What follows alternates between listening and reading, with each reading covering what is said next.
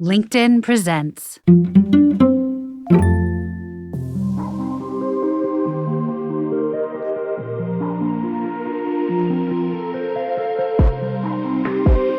This is the Forbes Books Podcast, conversations with remarkable folks who are impacting the world of business and beyond. Hola, I'm Joe Pardavila, and my guest this week is a visionary and a trailblazer in the realm of knowledge management and innovation.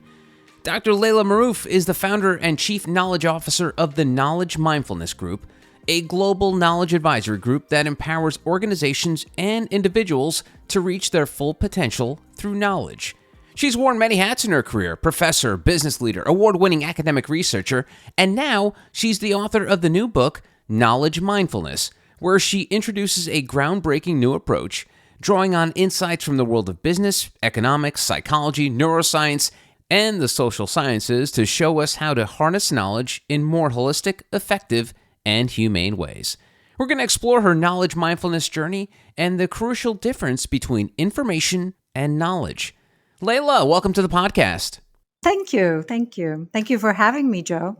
Oh, you're very welcome. So I want to start talking about mindfulness. And I know a lot of people are more familiar with it nowadays than they used to be. I remember I spoke to Vishen Lakhiani, who runs Mind Valley, years ago. And he said when he introduced meditation in Silicon Valley like a decade ago, people were like, what is this crazy guy talking about? But now people are more familiar with mindfulness and meditation. And I'm curious about your journey. Like, how did you get to this place where you became familiar with this practice and living your life daily like this? First of all, Joe, I just want to alert you to a very important point. I think my whole thinking and my whole background is in knowledge and knowledge management. And for 15, 20 years, I've been teaching and researching in the knowledge management space. But I think when the COVID hit and we were in Boston for 6 months, this is where my whole reading expanded to different disciplines and different fields. And I listened to different podcasters, and that's where I encountered the word mindfulness and the practices of mindfulness.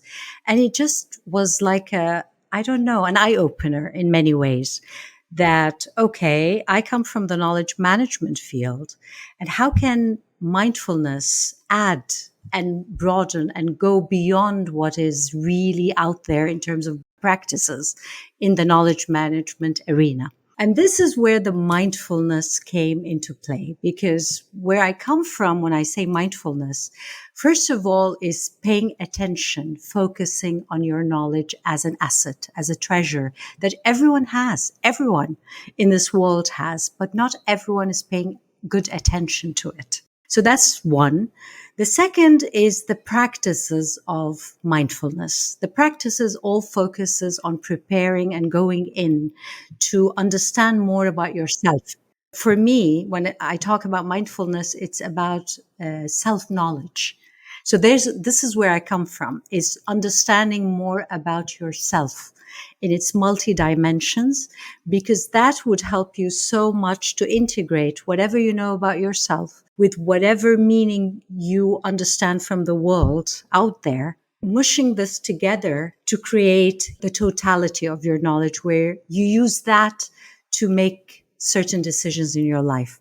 So in knowledge mindfulness, it's all about augmenting what I call your intelligence, because we are so narrow-minded when we talk about smart people or intelligent people. We're just talking about one dimension. And I think, and I believe personally, everyone is intelligent in their own way. But it's only figuring out, what are you intelligent about? What is that dimension that you're missing in yourself? And this is where I come from in the knowledge mindfulness framework. It is all about going beyond knowledge in the way we understand knowledge. Now, for me, knowledge is not only your intellect. It's your intellect, it's your intuition. Together, you need to practice that, trust that more often, so you can use it in times where you don't have enough information out there, right? So this is where your mindfulness comes into play. The more you are mindful about your multi-dimensions. When I say multi-dimensions, what I mean is your physical dimension, psychological dimension, your parapsychological dimension that I even put there, which is what? Your core values, your human values. So am I a kind person? Am I lovable? Do I extend care to the other? If I'm not, why am I not? I always ask myself the why question. So all those practices of mindfulness, it is all there to enhance the field of knowledge that you have in play to use to make smarter decisions in your life. And this is where the mindfulness comes to add, because for a long time, for the last 15, 20 years of my life, studying knowledge management, they always talked about managing people's knowledge in organizations, right? And really, sometimes it's only using the word knowledge instead of information. So what they're really doing is really managing information out there. Because what I came to realize, we cannot manage someone's knowledge. We can only attend to or, what do you call it, trigger and create an environment where people would want to share their knowledge with others. They want to grow their knowledge. They want to enhance. They want to contribute. But you can't really force anyone to do any of that. So the word even management, that's why I took it out and put the word mindfulness. Because can you really manage knowledge? No. No, because management is all about control. And we cannot control anyone's knowledge because you own your knowledge. You're so unique in your own knowledge that no one can control that, right? So what we can do is what? We can attend to that. We can trigger that out by creating a nurturing environment, for instance, in the organization, by, as a leader myself, if I tend to growing my own knowledge in a way that would be so much present in my behavior, in my actions, in how the connections I do with the employees in the organization and so on. This is where I'm triggering that environment where people is going to give more, they're going to share more.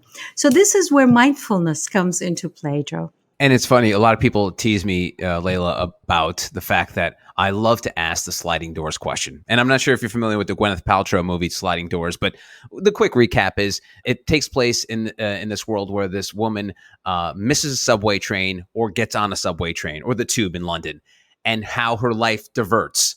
When she misses the train, something bad happens, and when she got on the train. So I like to ask this question in terms of you, because it doesn't seem like mindfulness was a major part of your knowledge work. So I wonder, have you thought about, like, if the pandemic didn't happen, would this mindfulness piece be missing from the work that you've been working on for multiple decades? Have you thought about that? For sure, for sure. I think the whole story of my life is kind of reflects those sliding doors you were talking about, because let me go back many years back. I'm not going to say the numbers, Joe, because, we'll stop there. We're But both in our 20s, Laila. It's fine. yeah, Yes. yeah. Sorry, I'm in my teens, Joe. You're I'm in your sorry. 20s. Apologize. So I go back many, many, many years where I was in high school and I really wanted to study medicine. And I was accepted in the medical school. And then when the time came to, start registrations and all that, I have like 4 or 5 aunts who are medical doctors in different fields. And I don't know how they talked me out of this. It's difficult, it's this, it's that. I was 17. So I said, okay, then what is there? What am I going to study? If I'm not going to study medicine, what am I going to do? And the in thing then was computer science. Imagine from a whole people perspective, a whole focus on people and serving people and helping people, to what? To machine human interaction, which I was okay for 4 years, but it was never my cup of tea. Never. So finished school, 4 years of computer science, got married, 10 years. I was a dedicated partner and a mother. 10 years after, I decided, okay, it's time to go back to school, do my master's in what? believe it or not, information science. So from data, I kind of advanced into information. So did that for 3 years, took my master's as a part-time student because I had 2 kids and, the schooling and all that. And then I don't know how, again, another sliding door. One of my professors talked me into, why don't you go do your PhD, come back and teach with us? I said, what? How can I do that? They said, you have to do it in the United States. So taking 2 kids, imagine, Joe, I'm married, 2 kids, leave all your life behind and then, just pursue this. And I did, with the support of my husband, of course. He said, okay, we'll do that. But I have one condition. Only 3 years I can take this. 3 years of PhD. I said, okay, why not? Let's do that. Took the kids out of school, took them all the way to Pittsburgh, Pennsylvania, where I found a great, amazing advisor that she kind of was very open-minded about, I read somewhere about the field of knowledge management. And I thought this is something to do with people, because knowledge is so much attached to a person. And that's what I loved about it. It's nothing to do with a machine. It's to do with you, with your unique experiences, insights, intelligence, all that, and how do you manage that? How do you do that? It was so much focused on big organizations and how they can extract that knowledge and do that. So this is the field that I went to because it has, it just took me back to the people side of things. And 3 years did that. Did my PhD, went back in 2005. See, I'm telling you one number here. Started teaching in knowledge management at the master's level. And it was a great, great, great field. I loved it. But, about sliding doors, look at that, from a full-time mother to a full-time professor, which again in the COVID, I said, okay, it's time to move on. Imagine 15, 20 years. Wow. It's time to move on. I want to be more creative about this. I want to do it my own way. I want to experience teaching. I love teaching. I love research. It's in my heart and in my blood. And I just want to do it in a different way. I want to do it to a different audience. I want to have that flexibility and openness that you usually don't get to have in academia. I felt it's more bureaucratic than I can take in the next 15, 20 years. I want something different. So I said goodbye to academia last year.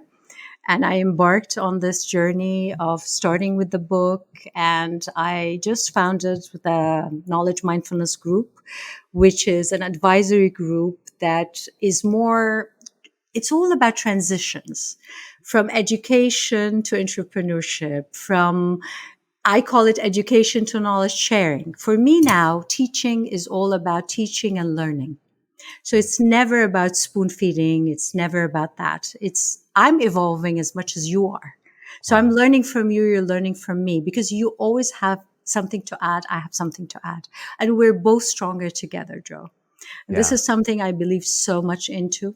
And now I think what I really kind of want my main message to be with this knowledge mindfulness framework, it is all about going beyond. I want to go beyond knowledge. I want to go beyond the leadership in the way that we have always experienced, because I feel we are living in a transitional world right now. Very different. We cannot do what we used to do, and we're not there yet to where we have to be. So that transition, I feel, where knowledge mindfulness comes into play, it plays like a bridge to help us move from a point where whatever we were used to doing, the practices, the methodology, the thinking, our own perspective, to somewhere we need to be, but we're not there yet. And this is where I feel I would love to come into play to help people do that. Because as I said, in my whole experience, I have done that transition not once and twice and 3 times, and I'm willing to do it. For me, change is not scary. I'm not fearful of change. I'm excited about change. And I think a big, big reality right now, we're living in a world where change it's always been there. Change has always been part of our lives, but I think the only difference right now is it's going to be very much fast paced. So this is, I think, scaring some people. So things are going to happen. The change is going to happen more often than we are used to. And this is a bit scary to some people because we're used to the stability. We're used to certain identities where, like my father, for instance, let's say he worked in a certain field for all his life, 40, 50 years, right? And now we're seeing more and more of entrepreneurship, people who we cannot be stuck in our identities for so long. So we cannot be attached to certain titles. I've been a professor for the last 15, 20 years, right? It's not easy for a professor to leave that behind and say, who am I now? And I am struggling a little bit. Let me be very vulnerable about that. It's who am I now? So I tell myself, okay, I'm a teacher at heart. I'm a researcher. I'm a former professor. I'm a new entrepreneur, but I'm an author. I'm all that because I am all that. And that's where I think the new mindset, the new perspective of life, that we can be all that because we are all that. Because the core of who we are, who am I as Laila? I'm a human being. I'm a caring human being. I want to do good in this world.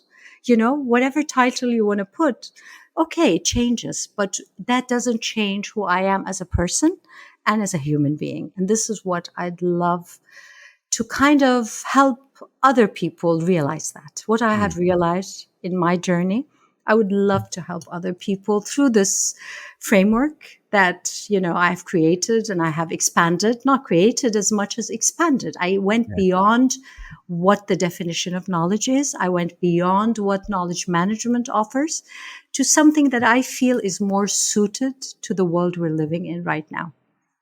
You mentioned the fact that, it's change is hard. And I think it's even harder when it comes to people's identity, because I think in Western cultures, especially, the first question someone asks is, what's your name? And the second is, what do you do? Yes. And we're in this world where it's just automatic. We don't even intentionally do it. It's sort of just a subconscious thing. So what do you do for a living? And for a lot of people, and I know I've struggled with this too, is your job is such a big part of your identity.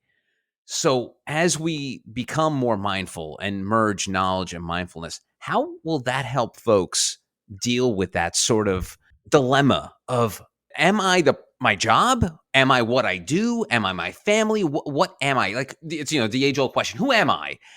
How does what your work does help with folks who are dealing with that?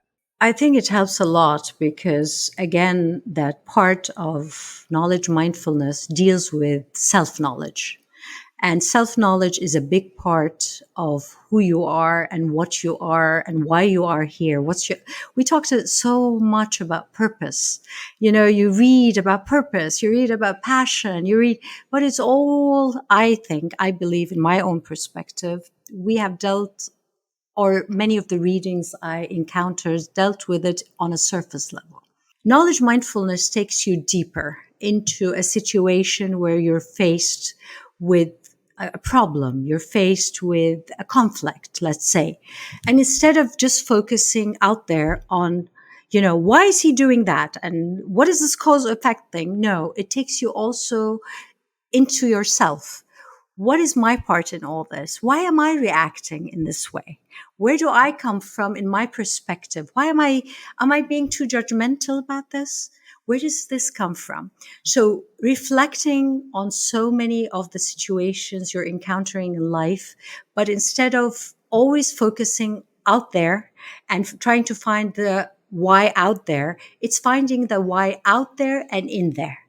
And this is where the self-knowledge comes into perspective. Once you realize many of your biases, you realize many of what I call your assumptions that you have, kind of accumulated all through your life from your learnings, from your culture, from your society, parents, it is time to weed some of that out.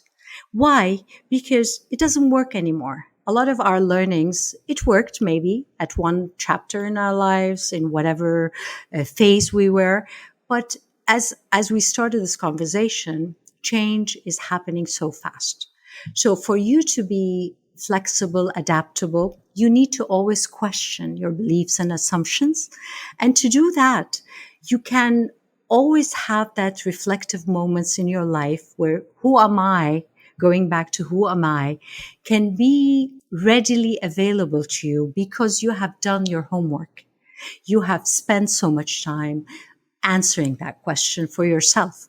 And once you have that answer, that's the anchor I feel that we all need in this turbulent life we're living in. If you find the core of who you are, that is something, that's your rock. So no matter what identity you have as a title, no matter how fast that changes, no matter that change is something you do for yourself or it's imposed on you, nobody can take who you are as your core, as a human, your core values. And that is something that I think knowledge mindfulness gives you, but it doesn't take reality out of the picture. So you hear a lot about mindfulness practices and focusing on that, space you have in and all that. But sometimes I feel what is missing is integrating that with the reality of the life you're living. Because yes, you can be, practicing mindfulness and all. It's like you're preparing a room, but you're preparing it for what? That's where you need to pay attention to. Preparing it to whatever comes in. And in knowledge mindfulness, it is so important to pay attention on the quality of what you bring in. So that filter of what you bring in is all composed of what you bring out, right? So that integration of the two, what I always really believe in is the more you evolve your knowledge, the more your life is going to be enriched. Because it's what you see, your perspective, your worldviews is so much part of who you are. And your actions is also part of that. That's the equation. That's the golden triangle I talk about. And that flow is going to enrich your life in so many ways because it's going to reflect on the decisions you make. It's going to reflect on even how you define success. Instead of looking at success as only money or success is only a position I'm, inspiring to have or that. For a long time, Joe, let me share with you. For a long time, I was very much goal oriented in terms of, like I want to achieve this. So I was assigned as an assistant professor, in the beginning of my career in the university. So my target was, okay, within 4 years, I want to be an associate professor. So work, publish, teach, do that. Great. I'm an associate professor. Okay. What's next? Oh, I want to be a full professor. So again, target, you have to publish 12, 14 papers, do this for another 5, 6 years of your life. Okay, now I'm a full professor. Then what? No, I was offered a leadership position. I'm the assistant vice president of research. I'm responsible for external collaboration. I have this patents office I need to do this and this and this. Great. Yes. The rewards of such objectives are great. I'm not denying that, but it is so temporary. You feel that success in your heart. You feel it in money raised, titles and all that, but it's so short-lived. And I have experienced it firsthand. And it's always about, there's a void that is not filled totally, that I feel now for the first time embarking on this journey. I feel now my purpose is really beyond titles, beyond money, beyond maybe again, I have achieved a certain level, let's say economical level, in terms of status, whatever it is. After a certain line, you need to fill more than that. And I think knowledge mindfulness helps in that void. It shows you, yes, life is important. Making money is important. Having a title is important. Yes, but to a certain limit. And then when do you say it's enough? And when do you aspire for more than that? You need that fulfillment to go beyond yourself. And I feel I don't know, but I feel it in my heart now that the message I want out there is beyond myself. It's really helping. And that takes me like a full cycle, maybe to the beginning of why I wanted medical school, why I wanted to study medicine. Maybe that's inside me. I don't know. But it's really about helping others in many ways. When something works for you and it works fine, you just want others to experience that. And you want to share that with others. You want to see others happy. You want to see others see what you see, hear what you hear in a way that is more leveled up. Because I feel we live in a world, Joe, now. The level of knowledge maturity that I see is needed is much more than what we are used to. So what I'm saying is we need it more in our leadership, in business leaders, politicians, government. We need to up-level our knowledge maturity. Why? To be able to solve the complex problems, the chaotic world we're living in, we can't do with the knowledge we had experienced for a long time, who created the problems we are in now. And speaking of this chaotic world, I want to talk about the intersection of information and knowledge with you, because my wife and I were just cleaning out our attic, and she had these dusty old Time Life books. I don't know if you ever signed up for them. Back in the day, like you used to mail order encyclopedias. So she had these old books about World War II and the Civil War. And I was thinking, I'm like, my God, all of that information is now in the palm of our hand. We don't need giant volumes of books for information. We have so much information at our disposal, whether it's on our phones, through our streaming or anything. Talk to me about the difference between information and knowledge. Okay, that's you can spend a semester or 10 years, but I'll make it very simple. I'll tell you. Information is not unique. So information is something that is out there. You just said it. You said books, you said reports, you said encyclopedias, a podcast. Everything that is out there, that is, what I say out there, I mean it's not tacit. It's visible. It's out there for everyone to use, to share, to talk about, all of that, right? So that's information. The information only becomes knowledge when you digest it as a person. When you bring it in, you synthesize it and you make it your own. That's when it becomes knowledge. So knowledge is very unique to each person, because let me give you an example. And I use that example a lot in my, in my teachings, in my classroom, because that's the 101 of what is the difference between information and knowledge.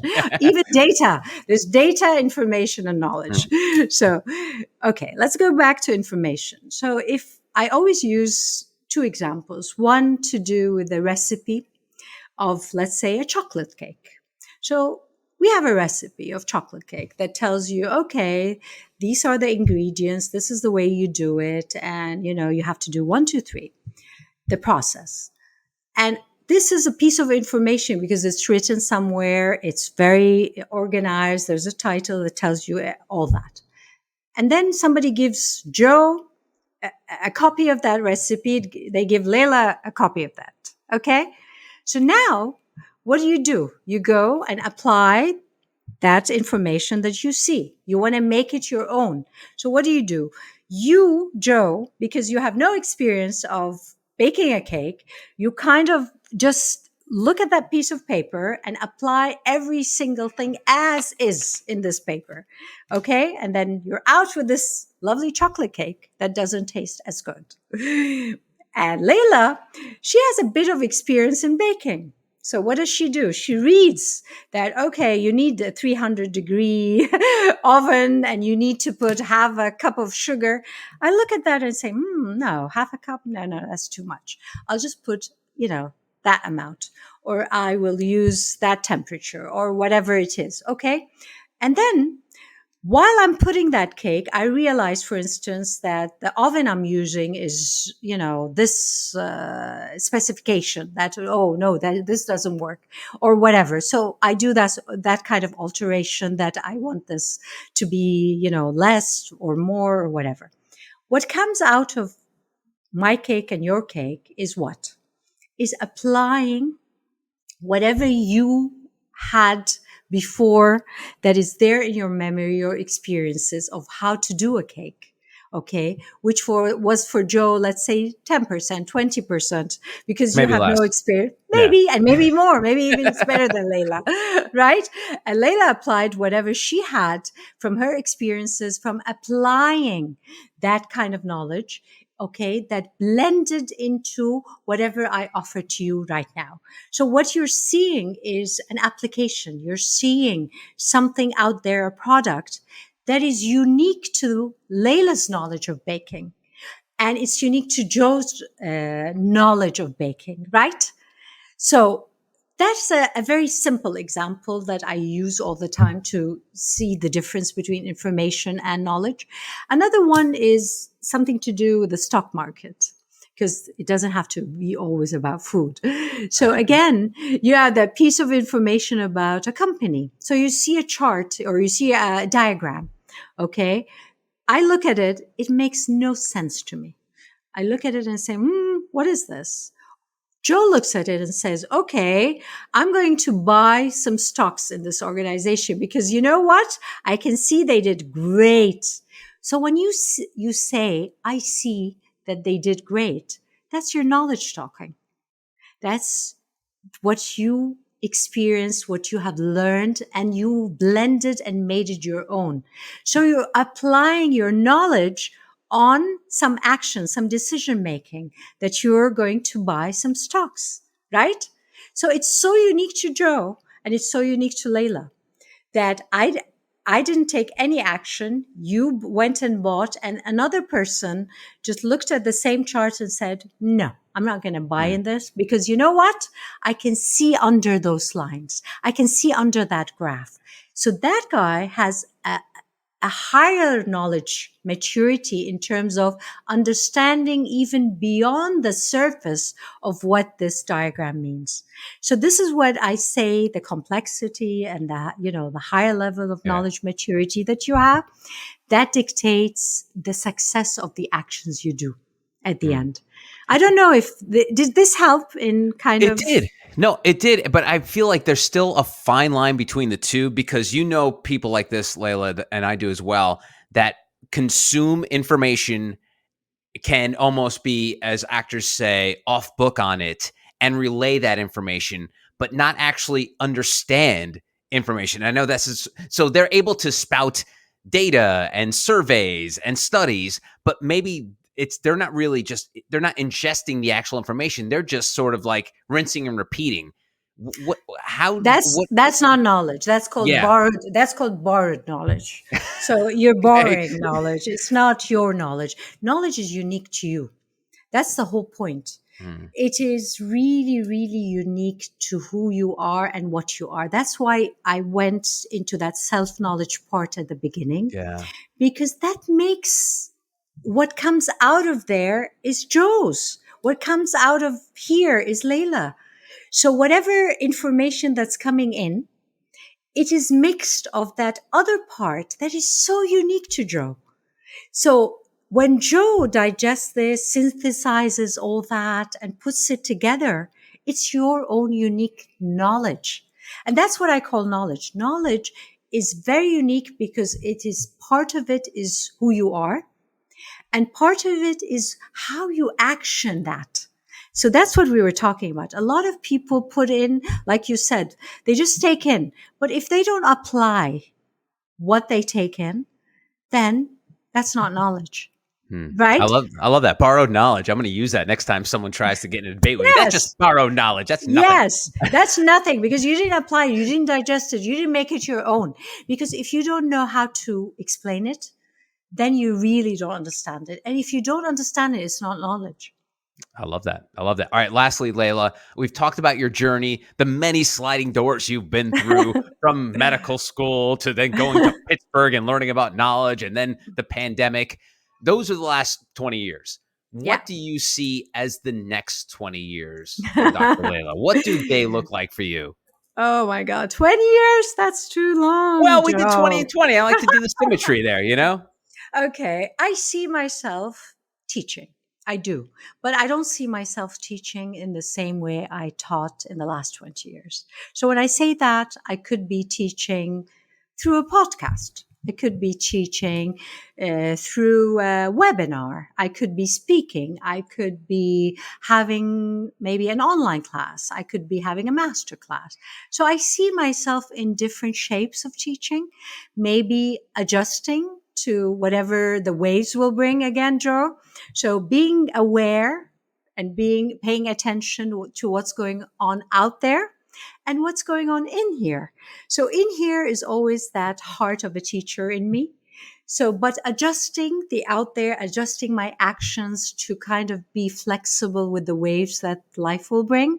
I think that's where I see myself. I don't want to see myself in any structured way that is not even adjacent to my beliefs in flexibility, adaptability. So I don't want to see myself in a certain way, a structured way. Oh, Laila is this and Laila is that. No, I'm a teacher at heart and I want to teach, but I'm very much aware of what's going on out there. And I'm going to be flexible and adaptable as much as I can, but I still want to spread that message. I'll interpret that as you see more sliding doors in your future. There are more things that you're going to be going through. So yes, this has been a great chat, Dr. Laila. Thank you so much for the time. I appreciate it. Looking forward to the podcast and the book. Just thank you so much, and I wish you the best of luck. Thank you for having me, Joe. Thank you so, so much. You're very welcome. Look for Dr. Laila Marouf's book, Knowledge Mindfulness, wherever books are sold in October.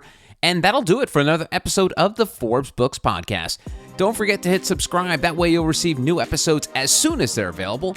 And if you can spare a moment, I would greatly appreciate it if you could leave a review, which would help other exceptional entrepreneurs like you discover the show. You can always connect with me on Twitter, LinkedIn, and Instagram at Joe Pardavila. And please don't forget the golden rule and treat others as you want to be treated. Thanks for listening. Until next time, adios.